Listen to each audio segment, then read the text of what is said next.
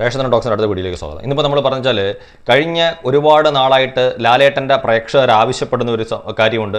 പഴയ ലാലേട്ടനെ തിരിച്ചു കിട്ടണം. അത് വിൻറ്റേജ് ലാലേട്ടൻ എന്ന് അവർ പറയുന്ന ആ ലുക്കിലുള്ള, ആ പെരുമാറ്റത്തിലുള്ള, ആ ഒരു സംസാര രീതിയിലുള്ള, ആ ചിരി ഉൾപ്പെടെ ഉള്ളത് തിരിച്ചു കിട്ടണമെന്ന് ആഗ്രഹിക്കുന്ന ഒരുപാട് പ്രേക്ഷകരുണ്ട്. ലാലേട്ടനെ സംബന്ധിച്ചിടത്തോളം ഇന്നും അത് അത്തരത്തിലുള്ള അദ്ദേഹത്തിൻ്റെ പ്രേക്ഷകരുടെ ആഗ്രഹം ഒരു ബാധ്യതയായി മാറിയിരിക്കുകയാണ്.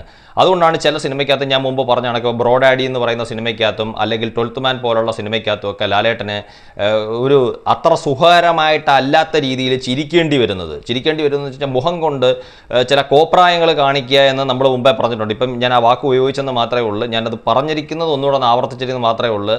അപ്പം അത്തരത്തിൽ കാണിക്കേണ്ടി വന്നിട്ടുള്ളൂ. അത് പിന്നീട് ജിത്തു ജോസഫിനോട് എന്തിനാണ് ലാലേട്ടനെ കൊണ്ട് അങ്ങനെ ചെയ്തിപ്പോയെന്ന് ചോദിച്ചപ്പം ജിത്തു ജോസഫ് പറയുകയും ചെയ്തിട്ടുണ്ട്, അത് എൻ്റെ ഇഷ്ടത്തിനല്ല, ലാൽ സാറിന് അങ്ങനെ ചെയ്യണമെന്ന് പറഞ്ഞതുകൊണ്ടാണ് ലാൽ സാർ അങ്ങനെ ചെയ്തതെന്ന് പറഞ്ഞിട്ടുണ്ട്. അപ്പോൾ ഇതെല്ലാം ലാലേട്ടൻ്റെ പ്രേക്ഷകരെ തൃപ്തിപ്പെടുത്താൻ വേണ്ടിയിട്ട് അദ്ദേഹം കഷ്ടപ്പെടുന്ന ഓരോ കഷ്ടപ്പാടുകളാണ്. ഇപ്പം അദ്ദേഹത്തിൻ്റെ പുതിയ ചിത്രമായിട്ടുള്ള തുടരും എന്ന സിനിമയുടെ സംവിധായകനായിട്ടുള്ള തരുൺ മൂർത്തി തന്നെ പറഞ്ഞിട്ടുണ്ട്, പഴയ ലാൽ സാറിനെ അല്ലെങ്കിൽ പഴയ ലാലേട്ടനെ ഇനി ഒരിക്കലും തിരിച്ചു കിട്ടത്തില്ല. ഇനി പഴയ ലാലേട്ടനും ഇല്ല.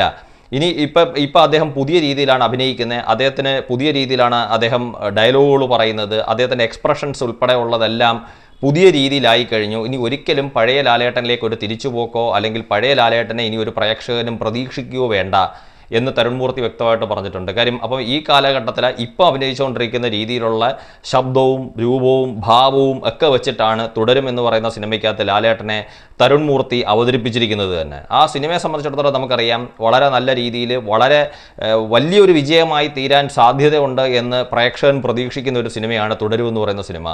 അപ്പോൾ ലാലേട്ടൻ്റെ പ്രേക്ഷകർ ഞാൻ പറയുന്നത് ഇനി ഇത് അക്സെപ്റ്റ് ചെയ്യണം, അല്ലാതെ അംഗീകരിക്കണം. അതായത് ഇനി പഴയ ഒരു ലാലേട്ടനോ അല്ലെങ്കിൽ ഒരു കഴിഞ്ഞ കാലത്തേക്കുള്ളൊരു തിരിച്ചുപോക്കിലോ ലാലേട്ടനെ പ്രതീക്ഷിച്ച് നിന്നാൽ ലാലേട്ടൻ ഇനിയും ഒരുപാട് സിനിമയ്ക്കകത്ത് ചില ഈ പറഞ്ഞ കണക്ക് വിഡ്ഢിവേഷങ്ങൾ അദ്ദേഹത്തിൻ്റെ പ്രേക്ഷകരെ തൃപ്തിപ്പെടുത്താൻ വേണ്ടിയിട്ട് അദ്ദേഹത്തിന് ചെയ്യേണ്ടി വരും. അത് അദ്ദേഹത്തിനും അല്ലെങ്കിൽ അദ്ദേഹത്തിനെ സ്നേഹിക്കുന്ന മറ്റ് പ്രേക്ഷകർക്കും എല്ലാവരെയും സംബന്ധിച്ചിടത്തോളം വളരെ ബുദ്ധിമുട്ടായിരിക്കും അത്തരത്തിലുള്ള രീതിയിലുള്ള ലാലേട്ടനാവാൻ ശ്രമിക്കുന്നത് കാണുമ്പോൾ.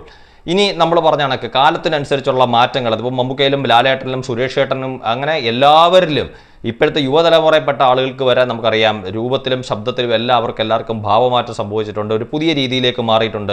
ഇനിയിപ്പം മമ്മൂക്കയെ സംബന്ധിച്ചിടത്തോളം പഴയ ഒരു വടക്കൻ വീരകഥയിലെ മമ്മൂക്കയാവണമെന്ന് വിചാരിച്ചാൽ നടക്കത്തില്ല. അപ്പം എല്ലാവരിലും ഓരോ മാറ്റങ്ങൾ വന്നിട്ടുണ്ട്. അത് മമ്മൂക്കയെ പോലുള്ള ആൾക്കാർ അംഗീകരിച്ച് പുതിയ പുതിയ കഥാപാത്രങ്ങളിലേക്ക് പോകുമ്പോൾ ലാലേട്ടൻ അത്തരത്തിലുള്ള രീതിയിൽ മാറാൻ സമ്മതിക്കാതെ വെച്ചിരിക്കുന്നത് ലാലേട്ടൻ്റെ ചില പ്രേക്ഷകരാണ്. അവരുടെ ഈ കഴിഞ്ഞ കാലത്തിലേക്കുള്ള ലാലേട്ടൻ, ഇപ്പോഴത്തെ ലാലേട്ടൻ വേണ്ട, ആ ലാലേട്ടൻ മതി. ഇപ്പം റീ റിലീസ് സിനിമകൾ പോലും ലാലേട്ടൻ്റെ ഇപ്പോഴത്തെ സിനിമകൾ തുടർച്ചയായിട്ട് തിയേറ്ററുകളിൽ പരാജയപ്പെട്ടു പോകുമ്പം അദ്ദേഹത്തിൻ്റെ റീ റിലീസ് സിനിമകളായിട്ടുള്ള ദേവദൂതനും സ്ഫടികവും പോലുള്ള സിനിമകൾ വിജയിക്കുന്നത് പോലും അവർ ഈ കഴിഞ്ഞ കാലങ്ങളിൽ ജീവിക്കാൻ ആഗ്രഹിക്കുന്ന ചില ലാലേട്ടൻ്റെ പ്രേക്ഷകരാണ് അദ്ദേഹത്തിന് ഇത്തരത്തിലുള്ള അമിതമായിട്ടുള്ള ഒരു ബാധ്യത ഉണ്ടാക്കി കൊടുക്കുന്നത്. അപ്പം ഇനി നിങ്ങൾ ഒരു കാര്യം ചെയ്യുക, അത്തരത്തിലുള്ള പ്രേക്ഷകർ അതൊക്കെ അങ്ങോട്ട് മാറ്റി വെക്കുക.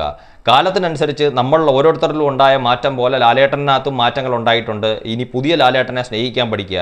പുതിയ ലാലേട്ടനും അഭിനയത്തിനകത്ത് ഒട്ടും മോശമല്ല. ഇപ്പോൾ അദ്ദേഹത്തിനെ സംബന്ധിച്ചിടത്തോളം പ്രേക്ഷകർ ആവർത്തിച്ച് പറഞ്ഞ് അദ്ദേഹത്തിനുണ്ടായിരുന്ന ഒരു കട്ടത്താടി, അത് ദീക്ഷ എന്ന് പറയുന്ന അല്ലെങ്കിൽ താടി എന്ന് പറയുന്ന ഒരു കടുത്തിരിക്കുന്ന കട്ട രീതിയിൽ ഇരുന്നതിനെയൊക്കെ അദ്ദേഹം ട്രിം ചെയ്തിട്ട്, അതായത് പൂർണ്ണമായിട്ടും താടി ഷേവ് ചെയ്തു എന്നൊക്കെ നമ്മൾ പല മാധ്യമങ്ങളിലും കാണുമ്പോഴും നമുക്കറിയാം അദ്ദേഹം പൂർണ്ണമായിട്ടൊന്നും താടി ഷേവ് ചെയ്തിട്ടൊന്നുമില്ല, താടി ട്രിം ചെയ്ത് വെച്ചിരിക്കുകയാണ്.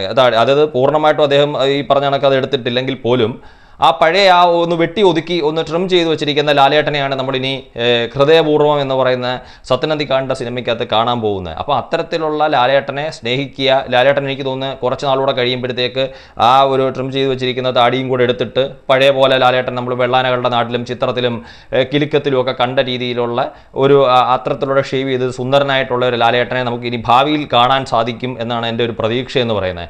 അപ്പോൾ ഈ പറഞ്ഞ കണക്ക് ലാലേട്ടൻ്റെ പ്രേക്ഷകരത് അംഗീകരിക്കുക. ഇപ്പോൾ തുടരും പോലുള്ള സിനിമയ്ക്കകത്ത് എനിക്ക് തോന്നുന്നു അതിനകത്തൂടെ അദ്ദേഹം ഈ താടി വെച്ച് അല്ലെങ്കിൽ എമ്പുരാനകത്തും വരുന്നുണ്ടെങ്കിലും ഹൃദയപൂർവ്വം പോലെ മറ്റൊരു രീതിയിലുള്ള ലാലേട്ടനായി. എന്തായാലും ഇത്തരത്തിലുള്ള ലാലേട്ടനെ ഇഷ്ടപ്പെടുക, സ്നേഹിക്കുക.